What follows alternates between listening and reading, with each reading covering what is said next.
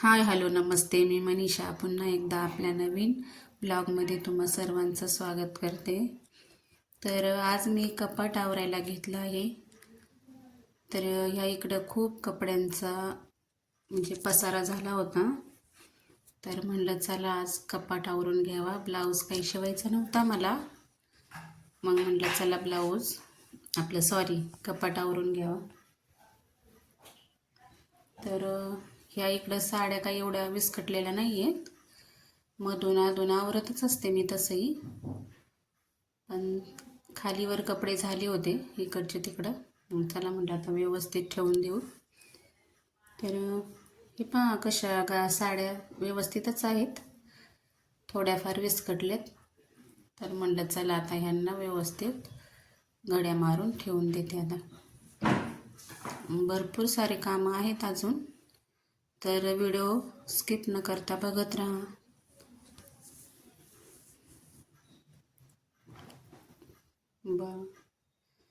तर बघा अशा प्रकारे मी या साड्यांच्या इथे घड्या करून घेतल्या आणि त्यानंतर मला बाथरूम पण घासून घ्यायचं होतं. घरात शांत वातावरण होतं, काही कोण नव्हतं, मुलं शाळेत गेली होती आणि सगळं काम झालं होतं माझं. तर म्हटलं चला आता कपाट आवरून घ्यावं आणि मग एक लेहंगा पण शिवायचा आहे मला, मग तो पण तुमच्यासोबत मी शेअर करीनच. तर हे बघा अशा प्रकारे कपाट आवरून झाले. मस्त आवरल्यानंतर किती छान दिसतंय बघू शकता. मस्त चांगले कपडे ठेवलेत व्यवस्थित, पण आता परत पोरं गोंधळ करते, परत विस्कडा करून ठेवते. पोरांचं असंच असतं, आपण किती व्यवस्थित ठेवलं ना तरी पण ते करतच राहतात. पण चला आता नीट आवरून ठेवले. बघा आवरल्यावर किती छान दिसतंय. तर झालं माझं आता कपाट आवरून. आता मी बाथरूम घासायला घेते. बघा आता हे आमचं बाथरूम किती खराब झाले.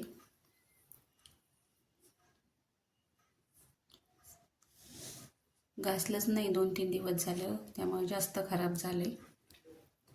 तर म्हटलं चला आज घासूनच घेते. बघू शकता किती खराब झाले. तर भिंती घासून घेते मी. बाथरूम पण अधूनमधून घासतच असते, पांढऱ्या फरच्या असल्यामुळं लगेच खराब होते त्या. आणि एका हातात मी मोबाईल पकडला होता शूटिंग करायला, एकटीच होते ना त्याच्यामुळं, आणि एका हातानेच हे माझं काम चालू होतं.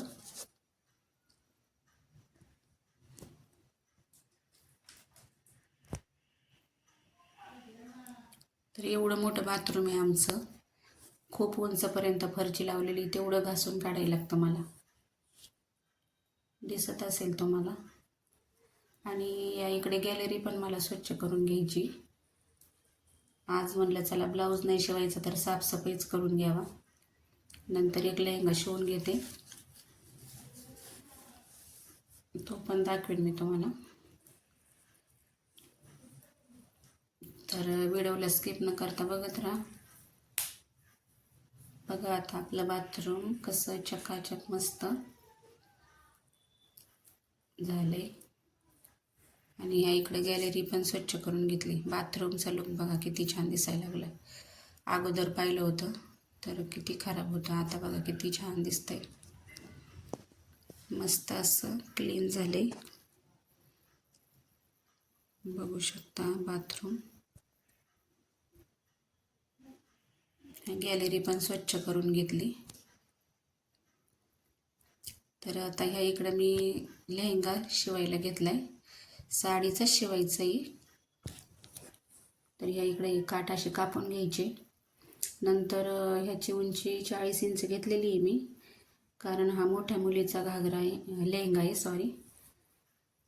तो मला जसं शिवायचा असेल तुम्ही तुमच्या साईजनुसार उंची घेऊ शकता, लहान मोठी.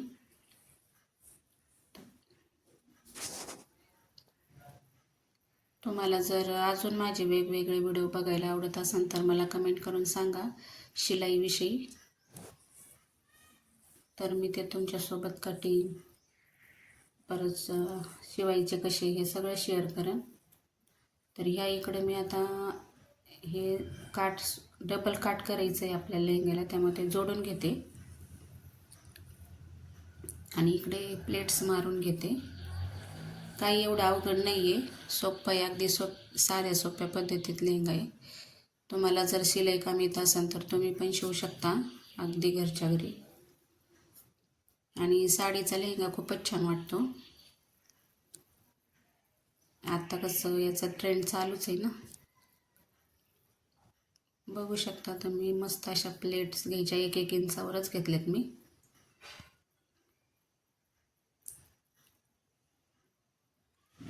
मस्त असा लेहंगा तयार झालाय. आता पूर्ण तयार झाल्यावर दाखवते मी तुम्हाला. तर बघा किती मस्त असा लेहंगा झालाय. आणि हे नॉडला असे लटकन केलेत मस्त. ही डबल लेस जोडली, साडीचीच आहे. खूप असा घेरे मस्त आलाय.